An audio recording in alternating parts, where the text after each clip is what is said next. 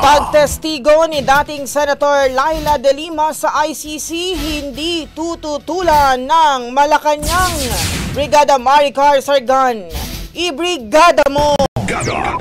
Live report. Walang balak ang Malacanang na hadlangan si dating Senator Laila De Lima kung nanaisin itong tumestigo sa International Criminal Court laban kay dating Pangulong Rodrigo Duterte na nahaharap sa kasong crimes against humanity. Sa press briefing sa Malacanang, sinabi ni Palace Press Officer Claire Castro kung voluntaryong magbibigay ng testimonya si De Lima at papayagan ito ng ICC prosecutors, hindi ito tututulan ng gobyerno. Nauna nang nagpahayag si De Lima ng kahandaang tumestigo kung iimbitahan ng ICC.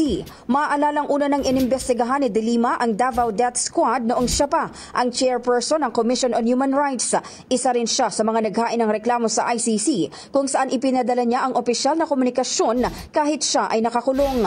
Ayon sa kanyang abogado na si Attorney Dino De Leon, bukod sa kahandaan ni De Lima na tumestigo, naisumite na rin ito sa ICC ang mga ebidensyang nakalap niya noong siya ay CHR chairperson at Senate chairperson ng Committee on Justice, partikular sa investigasyon hinggil sa malawakang patayan sa ilalim ng Administrasyong Duterte bago siya ipinaalis sa Senado at ipinakulong.